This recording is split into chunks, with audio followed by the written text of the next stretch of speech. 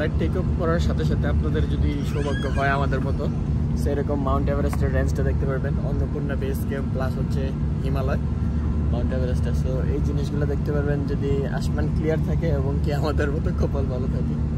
So আমরা এখন clear দেখতে পারতেছি একদম মাউন্টেন রেঞ্জটা। আমরা এখন মূলত হচ্ছে 33,000 ফিট উপরে পৌঁছে গেছি, যেটা হিমালয় এয়ারলাইন্স ফ্লাই করার কথা 33,000 ফিট উপর থেকে। সো এখন ওইখানে পৌঁছে গেছি। আর আপনাদের সাথে শেয়ার করি যে হিমালয় এয়ারলাইন্স আমাদেরকে কী কী দিল 13,000 টাকার টিকিটে, খাবারগুলো কী কী দিতেছি। এই যে একটা পানি, বিস্কিট, একটা জুস অ্যান্ড একটা বাদাম। চলে আসছে হচ্ছে এখন বাংলাদেশে। আর আমরা যতটুকু শুনছিলাম হিমালয় এয়ারলাইন্স একটু ঝাঁকাঝাঁকি করে, আলহামদুলিল্লাহ আমরাও এটার এক্সপিরিয়েন্স পেলাম। সো এই হচ্ছে হিমালয় এয়ারলাইন্স।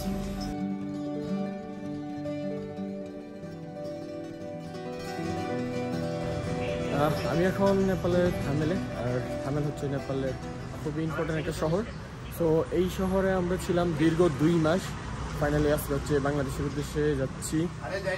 এবং কি এই যে আমরা সবাই হচ্ছে 2 মাস ছিলাম নেপালে, এই বাসাটায়, এই সুন্দর বাসাটাতে আমরা 2 মাস ছিলাম। তো এখন ফাইনালি হচ্ছে বাংলাদেশে যাওয়ার পালা।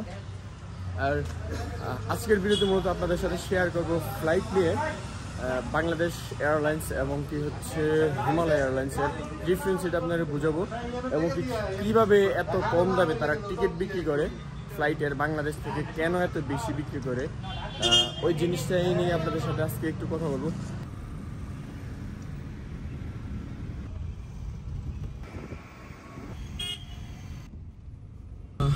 তো এখন চলে আসছি হচ্ছে নেপালের ইন্টারন্যাশনাল এয়ারপোর্ট। নেপালে মূলত ইন্টারন্যাশনাল এয়ারপোর্ট মেবি একটাই, যেটার নাম হচ্ছে ত্রিভুবন ইন্টারন্যাশনাল এয়ারপোর্ট। সো এখন প্রবেশ করতেছি। এই যে এটা হচ্ছে ত্রিভুবন ইন্টারন্যাশনাল এয়ারপোর্টের প্রবেশ পথ। এদিক দিয়ে প্রবেশ করতেছি হচ্ছে যেই সব যাত্রীরা হচ্ছে যায় নেপাল থেকে, তারা হচ্ছে এদিক দিয়ে প্রবেশ করে, আর যারা আসে তারা হচ্ছে ওই যে নিচ দিয়ে বের হয়। সো এই যে এটা হচ্ছে প্রবেশ পথ। তাদের ইন্টারন্যাশনাল এয়ারপোর্ট হওয়া সত্ত্বেও এয়ারপোর্টটা খুবই ছোট এবং কি প্রচুর পরিমাণ ভিড় থাকে অলওয়েজ। তো আজকেও যদি ভিড় পাই তাহলে আমাদের ইমিগ্রেশন করতে খুবই লেট হয়ে যাবে। নেপালে প্রচুর পরিমাণ ট্যুরিস্ট আছে এবং কি তাদের এয়ারপোর্ট অলওয়েজ বিজি থাকে। প্রতি 5 মিনিট 4 মিনিটে হচ্ছে flight take off and landing করে। সো এটাই হচ্ছে নেপালের ত্রিভুবন ইন্টারন্যাশনাল এয়ারপোর্ট।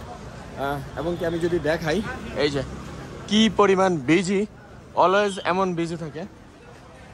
এই এয়ারপোর্টটা মূলত হচ্ছে অলওয়েজ এইরকম বিজি থাকে, প্রচুর পরিমাণ ট্যুরিস্ট। সব সময়ই আমরা যতবার আসছি, মেবি 3 বার আসা হয়েছে এই নিয়ে এয়ারপোর্টে। তো যতবার আসছি ততবারই খুবই বিজি দেখছি এয়ারপোর্ট।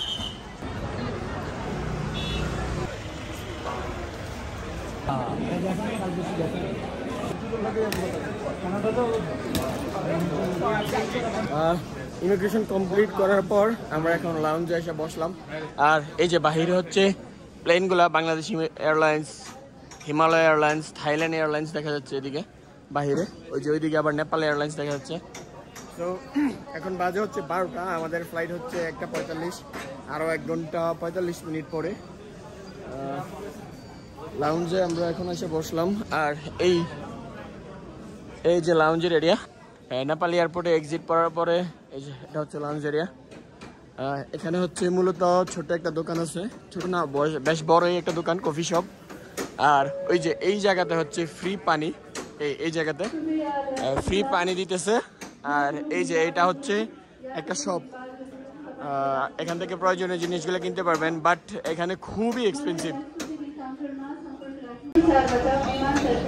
আমরা হচ্ছে এইরকম কিছু রুটি খাইতেছি, এই যে এরকম, যেগুলা বাইরে বিক্রি করে 30 টাকা, 30 নেপালি রুপিস, এখানে হচ্ছে 150। খুবই এক্সপেন্সিভ। বাইরে থেকে খাওয়ার চেষ্টা করবেন যারা হচ্ছে বাংলাদেশ যাবেন, নেপাল থেকে বাইরে থেকে খাইয়ে আসার চেষ্টা করবেন। প্রচুর দাম। একটা চকলেট যেটা বাইরে 700 টাকা বিক্রি করে, এখানে 1300 টাকা। ডাবল দাম, আর এই ডোনারটা আমার থেকে 4 গুণ দাম বেশি নিচ্ছে। তো এই হচ্ছে এখানের অবস্থা। এমন করি সকল ইমিগ্রেশনে একই অবস্থা, সকল দেশে ইমিগ্রেশন পাস করার পরে যেই দোকানগুলো থাকে এগুলোতে খুবই expensive. Nepal, good bye Nepal, tata Nepal. So এখন হচ্ছে আমরা সবকিছু কমপ্লিট করিয়া বাসে উঠলাম, যাচ্ছি হচ্ছে ফ্লাইটের দিকে। আমার একটু জায়গা ধরে দিকে যাই, এইখানে দাঁড়াই। অনেকক্ষণ দাঁড়াইছিলাম, ভালো লাগতেছে না ভাই, বিরক্ত লাগে খুবই।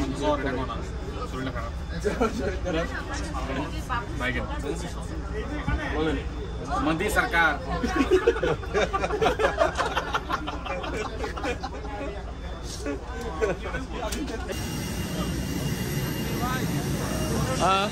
আমরা হচ্ছে এখন আসছি হচ্ছে ফ্লাইটে, এই যে হিমালয় এয়ারলাইন্স এইটা। আর নেপাল এয়ারপোর্টটা খুবই সুন্দর, চারপাশে হচ্ছে পাহাড় বিশাল বিশাল, এই যে এই পাশে পাহাড়গুলা, তারপর হচ্ছে এই পাশে পাহাড়, চারোদিকে শুধু পাহাড়। নেপাল এয়ারপোর্ট হচ্ছে চারোদিকেই পাহাড়, বিশাল বিশাল পাহাড়, প্রচুর পরিমাণ পাহাড় নেপালে। চারোদিকে আপনারা পাহাড়ই দেখতে পারবেন, যে এইদিকে সব হচ্ছে পাহাড়, তারপরে এই যে এইদিকে, এদিকেও পাহাড়। তো ক্যামেরাতে হয়তো ক্লিয়ার দেখা যায় না, বাট চারোদিকে হচ্ছে বিশাল বিশাল পাহাড়গুলা। হচ্ছে মূলত ফ্লাইটে প্রবেশ করতেছি, হিমালয় এয়ারলাইন্স এই যে এন্ট্রি গেট।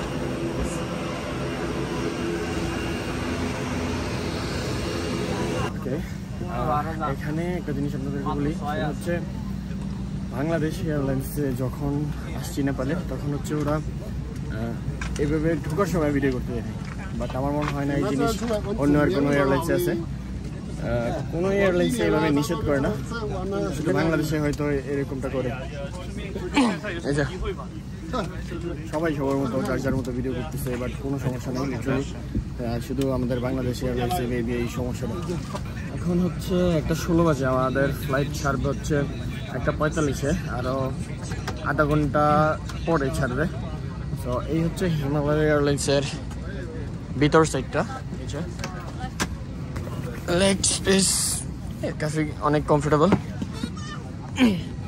পাসপোর্ট পড়ে গেছে। ফ্লাইট নিয়ে এখন একটা কথা বলি। ফ্লাইটের হচ্ছে বিষয়টা হচ্ছে, আমরা যখন বাংলাদেশ থেকে আসছি তখন পার ফ্লাইট ছিল 30,000 প্লাস। আমরা যদিও 5-7 দিন আগে নিছি ফ্লাইট টিকিট, তারপরে 30,000 প্লাস। এখন যেইতেছে হচ্ছে হিমালয় এয়ারলাইন্স করে, যেটা হচ্ছে 13,250 টাকা সামথিং পড়ছে। সো এই জিনিসটা কেন হয়? আমরা হিমালয় বা ইন্ডিয়ান এয়ারলাইন্স করে যখন আমরা বাংলাদেশে যাই, তখন হচ্ছে 12-13 হাজার করে আমরা ফ্লাইট পেয়ে যাই, অনায়াসে ফ্লাইট পেয়ে যাই। কিন্তু সেম ডেটে বাংলাদেশ এয়ারলাইন্স যেগুলো থাকে, সো ওইগুলো হচ্ছে 4 থেকে 5-7 হাজার বেশি থাকে এক্সট্রা। তো এই জিনিসটা কেন, যে বাংলাদেশ এয়ারলাইন্সে ফ্লাইটের দাম এত হাই, অন্যান্য এয়ারলাইন্সে এত কম? তারা কি বিজনেস কম করে নাকি? একজন বাঙালি তার নিজের দেশে যাবে, অবশ্যই টিকিটের দাম একটু কম রাখা উচিত, কিন্তু এইখানে মূলত হচ্ছে এত হাই প্রাইস, ওভার প্রাইস রাখার কোনো মানে হয় না। তারপর হচ্ছে নেপাল থেকে কলকাতা আর ঢাকা প্রায় সেম টু সেম দূরত্ব, 30 মিনিট ডিফারেন্ট হয়তো বা 15 মিনিট। এখান থেকে কলকাতা আপনি যাইতে পারবেন ইন্টারন্যাশনালি ফ্লাইটে 6 থেকে 7 হাজার টাকা দিয়ে। আর কলকাতা থেকে আপ ডাউন টিকিট হচ্ছে 13-14 হাজার টাকা। আর বাংলাদেশ থেকে আপ ডাউন একটা টিকিট নিলে এখন 35-40 হাজার করে যায়। একটু 19-20 হইলে ফ্লাইটের দাম বাড়ায় দেয়, হুটহাট। সেম ফ্লাইট, এই যে এখন 12:50 একটা ফ্লাইট গেল, এখন একটা যাচ্ছে 1:45-এ, দুইটাই ঢাকায় যাবে। ওইটার টিকিট হচ্ছে 17,000-18 হাজার। আমরা যখন কাটছি বাংলাদেশের টিকিট দেখতেছি 17-18 হাজার।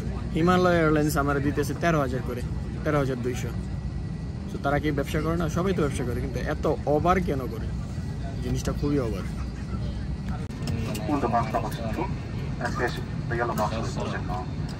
Secure it by plastic and plate normally. Fit your one, oxygen mask first. If any others, please be reminded of your face mask or oxygen mask.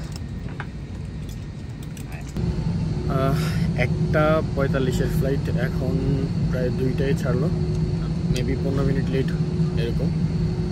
So so এই যে বাহির যদি দেখাই, দেখা যাচ্ছে না বাহিরে হয়তো ক্লিয়ারলি।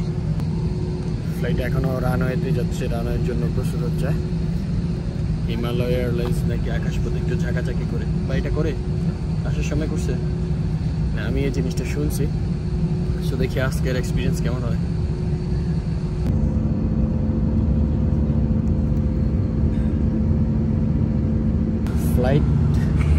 ফ্লাইট টেক অফ করার সাথে সাথে আপনাদের যদি সৌভাগ্য হয় আমাদের মতো, সেরকম মাউন্ট এভারেস্টের রেঞ্জটা দেখতে পারবেন। অন্নপূর্ণা বেস ক্যাম্প প্লাস হচ্ছে হিমালয়, মাউন্ট এভারেস্ট। সো এই জিনিসগুলো দেখতে পারবেন যদি আসমান ক্লিয়ার থাকে এবং কি আমাদের মতো কপাল ভালো থাকে।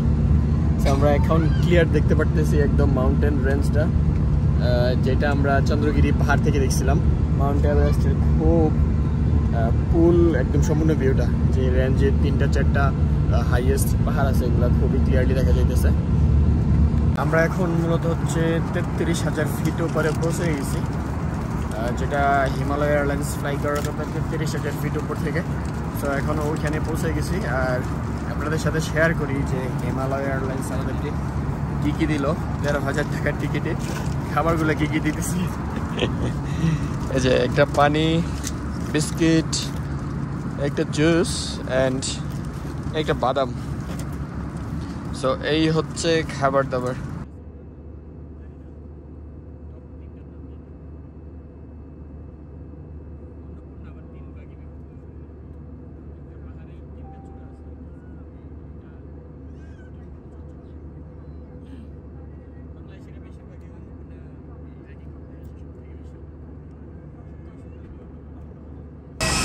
চলে আসছে হচ্ছে এখন বাংলাদেশে। আর আমরা যতটুকু শুনছিলাম হিমালয় এয়ারলাইন্স একটু ঝাঁকাঝাঁকি করে, আলহামদুলিল্লাহ আমরাও এটার এক্সপিরিয়েন্স পেলাম। সো এই হচ্ছে হিমালয় এয়ারলাইন্স। আমরা যাচ্ছি হচ্ছে ইমিগ্রেশনের দিকে। এই যে হজরত ইন্টারন্যাশনাল বিমানবন্দরে আইসা পৌঁছালাম। এই যে বাকি সাথে সবাই নামতেছে। ইমিগ্রেশন ক্লিয়ার করে আপনাদের সাথে বিস্তারিত আলোচনা করতেছি, যে ইমিগ্রেশন সম্পর্কে একটা ধারণা দেব। নেপাল ইমিগ্রেশন অবশ্যই অনেক স্মুথ ছিল, বাংলাদেশ সম্পর্কে একটু জানাই, যাওয়ার সময় হয়তো থাকবে না এত ঝামেলা। তো ভাই আমরা আসার সাথে সাথেই ব্যাগ চলে আসছে। এই যে ইমিগ্রেশন কমপ্লিট হতে আমার মেবি 5 মিনিট লাগছে, অ্যান্ড ব্যাগও চলে আসছে 5 মিনিটের ভিতরেই। আইসা 1 মিনিট বা 2 মিনিট দাঁড়াইছি সর্বোচ্চ। তো টোটাল কমপ্লিট আমার 20 মিনিটের ভিতরে হয়ে গেছে সব কিছু। এখন খুবই ফাস্ট সব কিছু, 20 মিনিটের ভিতরে হয়ে যেতেছে। যাক, অনেক ঝামেলার পরে সব কিছু শেষ করে ফাইনালি এখন গাড়িতে উঠলাম। আর বাংলাদেশ ইমিগ্রেশনের কথা বলি, টোটালি স্মুথ ছিল। আসার ক্ষেত্রে হয়তো এরকম স্মুথে হয়, 5 মিনিট লাগে হয়তো সর্বোচ্চ সব কিছু। আর হচ্ছে লাগেজ পাইতে আমাদের মেবি 5 মিনিট লাগছে। ইমিগ্রেশন ক্লিয়ার করে এসে তারা লাগেজ পাই গেছি, কোনো রকম সময় লাগে না আমাদের। তো আশা করি আপনারা হয়তো বুঝতে পারতেছেন যে এই জার্নিটা কেমন। যদিও হিমালয় এয়ারলাইন্স আমাদের ফার্স্ট টাইম এক্সপিরিয়েন্স, যেটা শুনছি ঠিক সেরকমই অভিজ্ঞতা হয়েছে। তো আশা করতেছি নতুন কোনো জায়গা থেকে নতুন কোনো ভিডিওতে দেখা হবে। পৃথিবীর একমাত্র টার্মিনালে উদ্বোধন হওয়ার পরেও ব্যবহার হয় না।